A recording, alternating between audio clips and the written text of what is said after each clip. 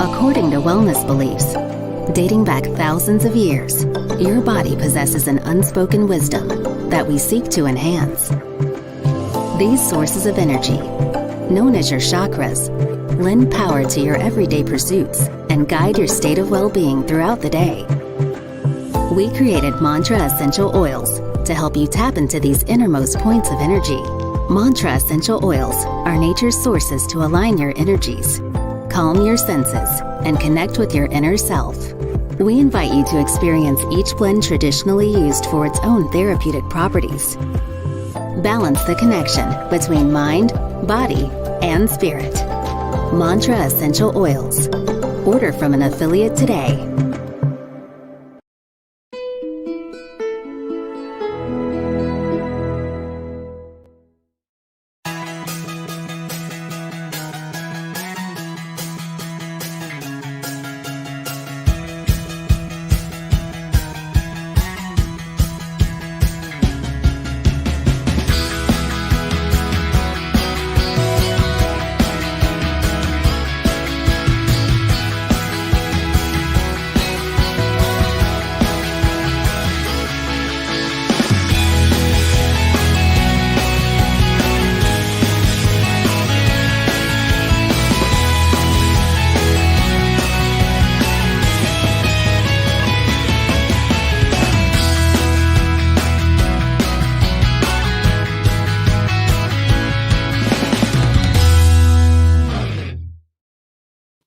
And we are live, ladies and gentlemen.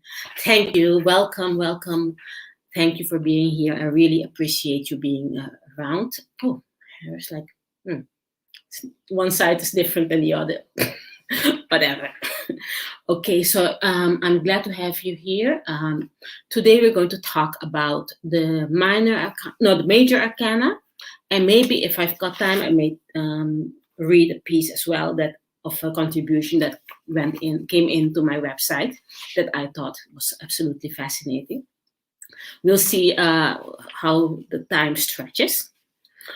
Okay, so before I start showing you what I did, I'm going to give you a bit of context.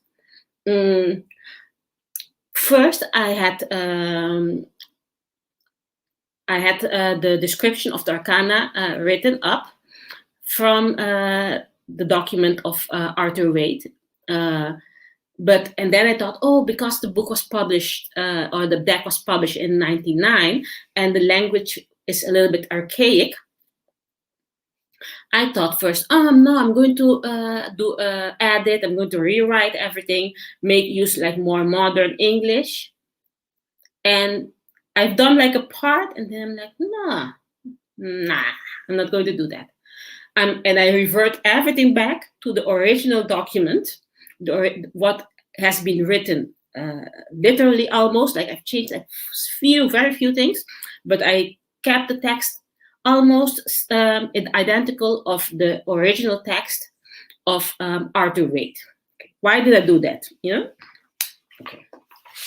The reason is because I feel that when you take away some words, you're taking away the concept. Okay, let me explain myself, because that's something that it's one of the if you go to study linguistics at university, at least where I studied at the University of Amsterdam, the first thing that you're going to learn in the first year, in the first trimester, okay, is that when the word is formed, like in the Bible, first there was a word. Okay? When the word forms, then the concepts forms as well.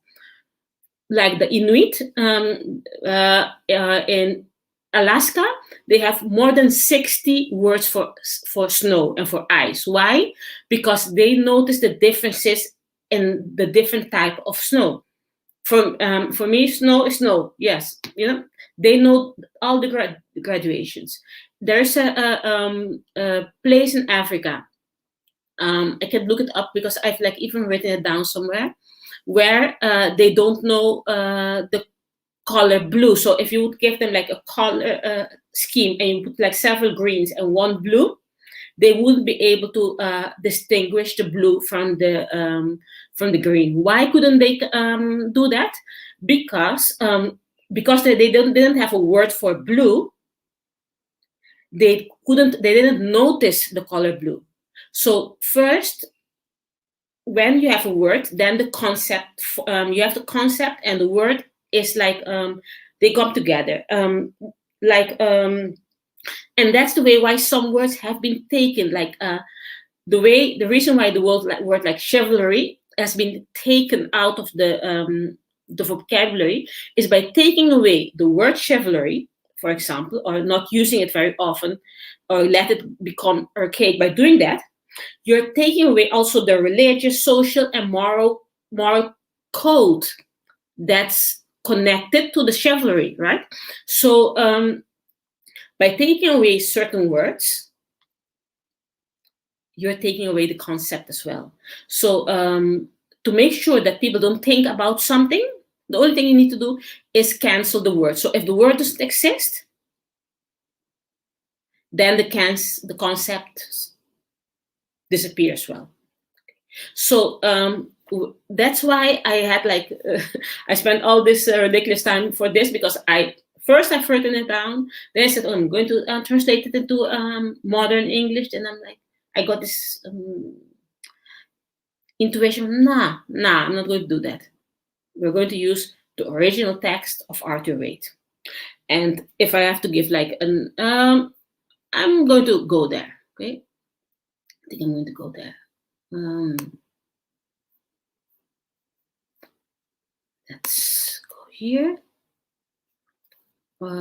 So if you go to the website, you will see that when you go to magic, you can go to magic up here, or you can go here. It's the same.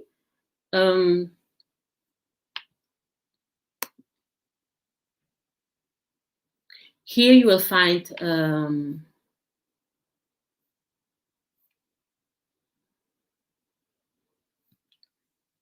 about tarot. If I have time, I might spend time reading this for you. This is like a contribution of Kimberly Sparatio to the website, her experience with magic and so on. But okay, before, let's go to tarot. Let me see if I have it here. Yes, I've shared the screen. Okay, that's good. Okay.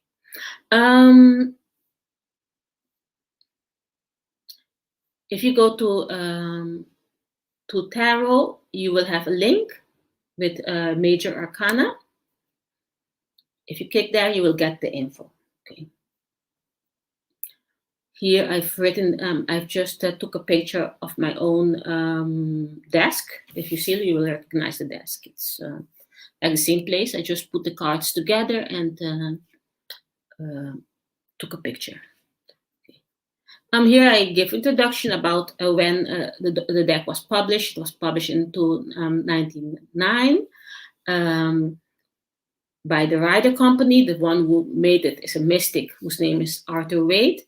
The illustrator is Pamela Smith. And here you see that the copyright, all the countries where it became public domain in each country. So when the copyright was expired. And that's why I'm highlighting in blue at Arthur Edward Waite has this to say about the Major Arcana cards in divination. So what I've done basically, and I've written here, as a reminder, keep in mind that these meanings are just starting points that gives you the opportunity to expand and adapt them to the modern world and specific circumstances. So later on, and like if I have to give a small type of exercise, I would suggest for you to read these descriptions, and you will notice that there are words that are like more archaic, or sometimes they're not officially considered archaic, but they went out of use. So like I said, the word archaic is not completely correct, because when a word is officially archaic, it's not accepted in the dictionary anymore. So it's being removed from the dictionaries and it's being officially labeled archaic. The words that are being used here, I don't think they are officially archaic, but they have been out of use for a while. So there could be in the future revisions in which they would consider these words officially archaic, and then they will be like removed from the dictionary, or they will be they will maintain them but say that the word is not an official grammatically correct word anymore, whatever. I mean, you'll notice when I mean, I'm not going to give university classes now about linguistics. I mean, but you know the idea of my thought. Okay, so my suggestion is that you could go through all these words, and if you see a word like folly and it doesn't ring a bell or you don't know it, look it up in the dictionary if you can find it. If it's written there, sometimes it will be written, say it's archaic, or if not, they will say it's, but you will get a description. Okay, so I would suggest you go through them and look at words like magnanimity and words that are like more, that are not being used daily as often now. Look them up and in dictionary and ponder them, because many of these words are not being used anymore in modern language. Okay, then, so that's my suggestion about how to go through my descriptions, or the descriptions of Arthur Waite of the Major Arcana, how to and how to deal with them. So just read them. Still don't connect them with the cards. Just read them. Ponder the concepts. Ponder them, and if there are words that went out of use, and that because of that you don't remember or you don't know anymore what they mean, then it's a good idea to just look them up, and so that you can make a clear connection in your mind between the word and all the concepts and feelings that are surrounded by the word. Okay, that took less time than I thought. So I think I might have time to read the contribution of Kimberly Sparatio on my website. By the way, anyone who wants to can like make a little microblog, or come with a story or any type of contribution. And if it's like if it fits, I would read it aloud. Let me go back then to the step before and read the contribution. No, it's 2 steps back.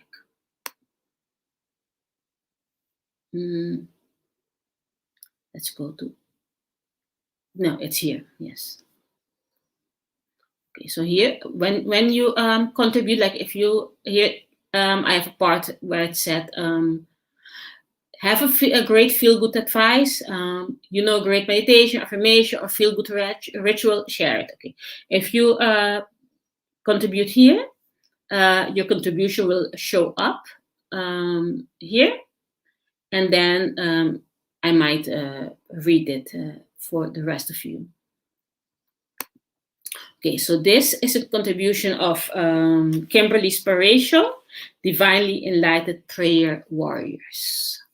Okay, let me read it. Throughout my young years, I've never witnessed the paranormal, only heard of ghost encounters on television or stories from friends, but never encountered any of my own.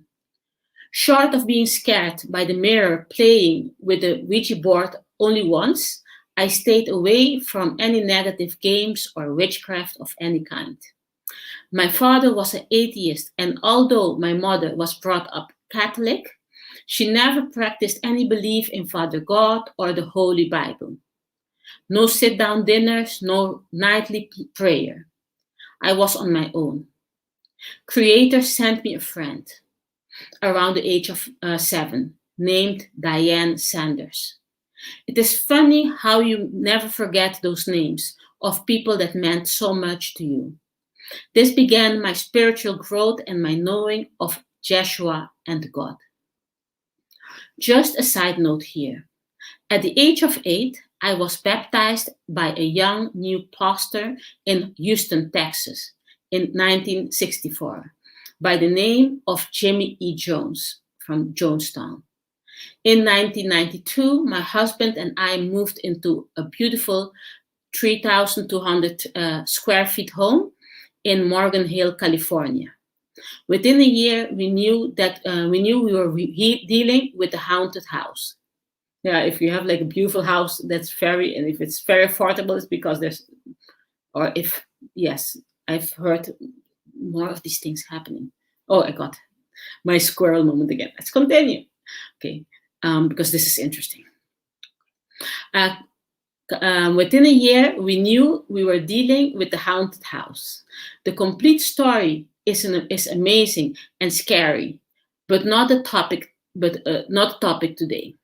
Basically, I had to have a spiritual lady come and cleanse our home.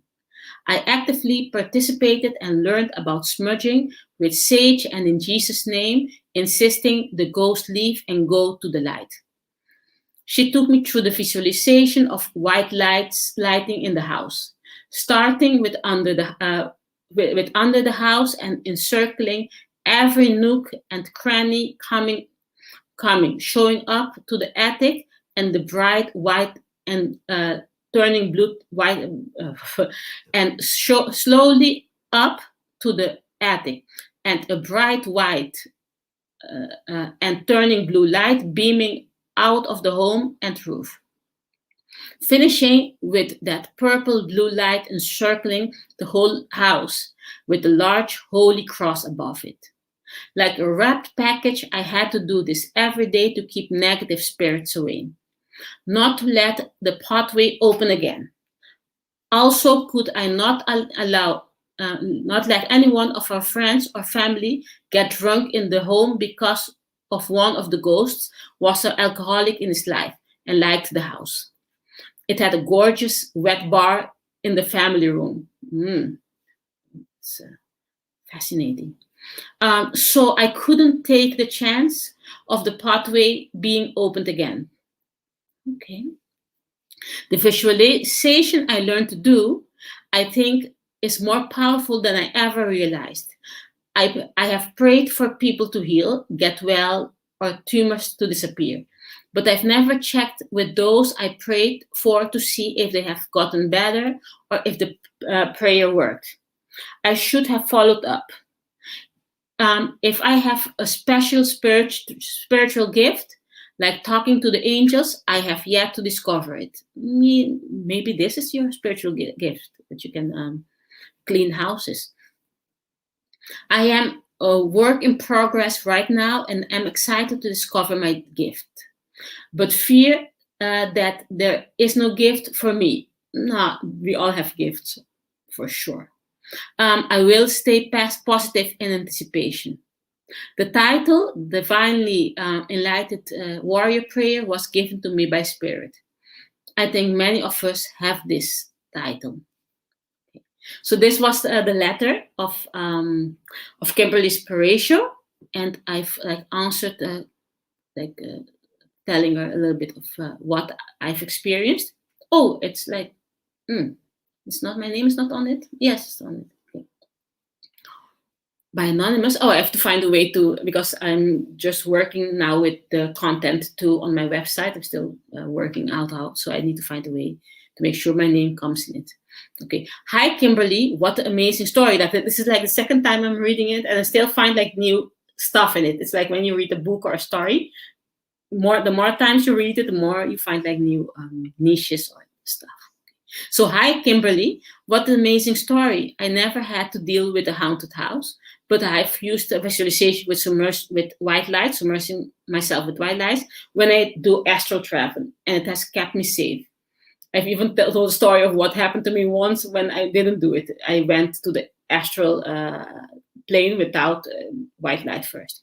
And yes, prayer helps and empowers. Even science proved it.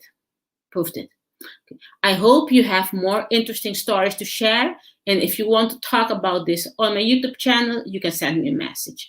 Lots of love and abundance, TIBISAY. Okay, so I don't have like the info of Kimberly, but I would love, if I find the info of Kimberly, I would love to reach out to her so she can tell me all about it, because like this is an amazing story. And like I said, like very, very interesting and very nicely written.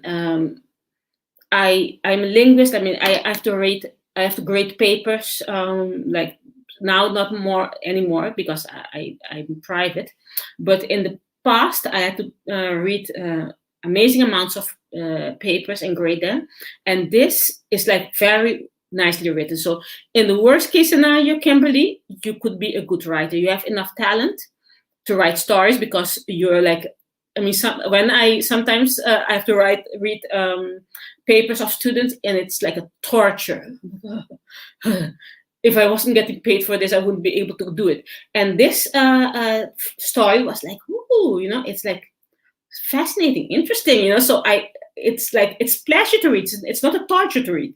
So in the worst case scenario, I would say to you, Kimberly, you could be a good writer. You could evolve that. I've written myself a book. I'm not an editor, so I'm not like good enough, especially not in English. In Dutch, I might try it, but not enough in English, so I could not be an editor for you. But you could look up an editor, and you could write, because that's a talent at least I know you have. And if you have other talents, even better. So that's it then. So I spent some time talking about the Major Arcana. I've written the contribution of Kimberly. Thank you, Kimberly. I don't know if you're watching. I don't know how to reach out to you.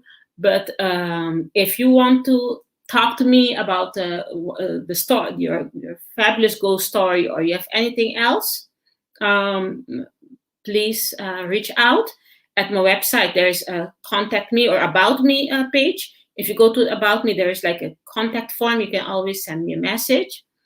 And if not, I've got like several websites, and like bear with me because I have several emails. Sometimes I will leave an email 1 week unattended because I'm like when I'm out in nature. And if not, in my the way to get me like quickly within 5 minutes is to WhatsApp me or text me, because I mean, my phone I will watch every 5 minutes. The thing is that I cannot share my WhatsApp or my phone number here right now because I don't want to be harassed with a lot of bollocks and stuff. But if you go to my my business channel at TIBISAYtutoring.com, there you will have a link.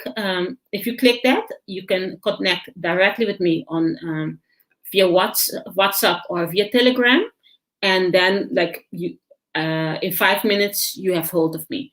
If you're like more patient, you can email me, but I have to say, like, I'm a little bit lazy with my email. Okay, then that's great. Let's mind the chat. Okay, here. Hi, Sabrina. Glad to have you here. Let me see. Hello, Scott. I was watching a couple of your videos. I don't know if the videos with your face on it, but I saw most of them are like this, like text, and then another page. But I was watching like the one with the gentleman with computer software, and some, I think it's 3 or 4 videos. They're very, very interesting. I mean, let me see here. My thoughts about magic. Tricking the eye. Magic are divine abilities to make something from nothing. Yes, it's everything has 2 sides. Magic you can use it to show what is not there, or it's to to show something that doesn't exist, or to hide something that does exist. So it's everything has like has like a double, a yin and a yang. Everything can be used for good and for evil. Electricity, everything. It's and that's language, and that's the word, and that's why in the Bible they say first was the word, and the one who controls the world controls the word. The word controls the world, and that's why like I'm not good in maths, but I'm like very good in languages. And the first time I noticed that, I mean, I've never talked to that openly, but it has come in one of my novels, but my novels are written in Dutch, is when I discovered how with the word you could destroy somebody or you can lift them up with the word, the power of the word. When I understood the power of the word, that's why I decided that I wanted to do something with the word. And that's how I later on became went to university and studied linguistics and literature and became a linguist. And later on, all the jobs I've had have to do with the linguistics. So I became a high school teacher when I went to Spain. In Spain, I couldn't work as a teacher because I didn't have the nationality. So I got hired as a consultant. So I worked at the court as a legal translator, where I would do like simultaneous translations of witnesses, and later on document contracts. And so that's how and then when I came back to Curacao, I went teaching in high school again, and later on I started my own tutoring business. But I'm going on a tangent. Thing is that the word is everything. Concepts are everything, and by removing concepts, you remove the word, you remove the concept, and when you remove the concept, you remove the awareness of that concept in the brain of people. That's what it's all about. I mean, that's how I see it, at least. Yes, Sabrina, how are you? I'm 11 too. Let me see if it is. Yes, I'm 11 too. In my life path is 11, but my daughter, granddaughter, and myself all have the same. Usually, I mean, I'm not this big as numerologist, but usually, if you have 11 for one reason or the other, you're supposed to be a teacher or have some type of leadership position where you have to be an example. And it's important. And I've heard that like that once, but I was very young and I didn't care, I'm like, okay, whatever. But what will happen is that automatically you will get drawn to that path in one way or the other. And even if you go astray, something will happen. And even if you go astray, that going astray will teach you lessons that you will later on be able to use in your life path. And usually it's a leadership position. In like my case, I became a teacher. I'm a tutor. So it's always it always has to do with guiding others in one way or the other. Oh man, it's annoying. This side, it's like curlier than the other side. Because on one side, I lie down on one side, so that side is like flatter, and the side I don't lie down on is curlier. Okay, so yes, reads like a book. The story was very good. Like the story of Kim. It's like she's a very good writer. So and like I'm like, oh, that's interesting. And she keeps you like she would go give you like a bit, and then we'll go back and like her way of narrating is very is good, and I love that. Like one of my favorite books at university was this book, Narratology. of Mieke Bal, and my favorite teacher, is Dutch, but I think he worked at University of New York for a couple of years as well. But like my favorite book at college was Narratology. If you look at this book, how it's all the yellow. No, I can hardly. Let me see if I do it like this. You see, if you see all the yellow, because I would read and read and read, and I'm like I would read it again and again and again, and I was hired because of that, because of my the narratology. Because like when you have a witness, the story has to make sense. Narratology, like when you're lying, you will contradict yourself in one way or the other. So it's I find it. I've always been very interested in that aspect. Even when I was a teenager, I would like read all these Mills and Boons, and I was like, I've been like severely addicted to Mills and Boons, and I couldn't make my homework because I'm hiding. Like I had like my school book, and inside my school book, I would have like this Mills and Boons, reading all these novels and all these love stories. Like when I was 13, 14 years old. So that was my mischief. My mischief when I was like a teenager is, instead of doing my homework, hiding the Mills and Boons into my school books and keep reading all these novels and you know. Let me see what else here. Yes, makes sense. Always been in management positions since 19 years old. Currently self-employed. Popular business that used to talk with people. Yes, it's even in one way or the other, something will happen that will make you like my husband came from like a poor background, working class family, so there was no way he could become like a naval officer or what have you. But what happened to him is like he was like a soldier and became how do you call it? I forget the ranks, but he was like a sergeant at 24 years old, and the one under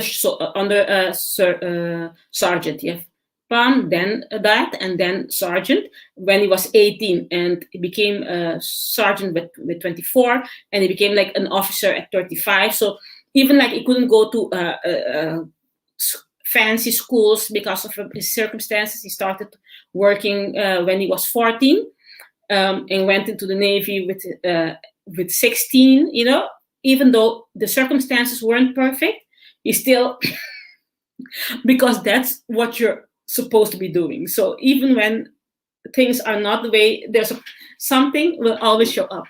Hi, Debbie. I'm always finished, but I'm glad you're here anyway. I really appreciate you being here. Okay. Yeah, so that's it basically. When your life path is your life path, you will find a way and things will work themselves out for you to go to your life path. And like I'm 11 life path as well. So I understand what. See. Okay, then. Thank you, everyone, for being here. I really appreciate your presence. It's time for me to go now because I've got another appointment. Don't forget to check out my my website. Leave me your email if you want to. Like I said, I say all the time, I'm not going to harass you sending you emails 20 times a day, because I don't have time to do that, and I don't enjoy when people are doing it to me. So I'm not going to do it to you. I'm not going to send you an email every time I go live. I'm not going to send you email all the time. It's just to have a backup that if for one reason or the other we cannot connect. So I have like your email list, and I have like a way to reach you if it's important. And if I have like a project or something important that I want to share, then I would do that by reaching you out, looking for you at in the email list. So let me show maybe. I mean, I'm not going. I took away the share button already, so you can go to my email, leave your email. Go to my website, leave your email, and I will keep connecting. I will come tomorrow. I've got stuff to do. Thank you. Let me see. Okay. Thank you, Scott. By the way, I'm going to keep continue watching the rest of your videos. And if you're interested in having a chat with me here on the show so we can exchange ideas, let me know, okay? If you're someone who doesn't mind sharing your face or what have you, just reach out in one way or the other so we can connect.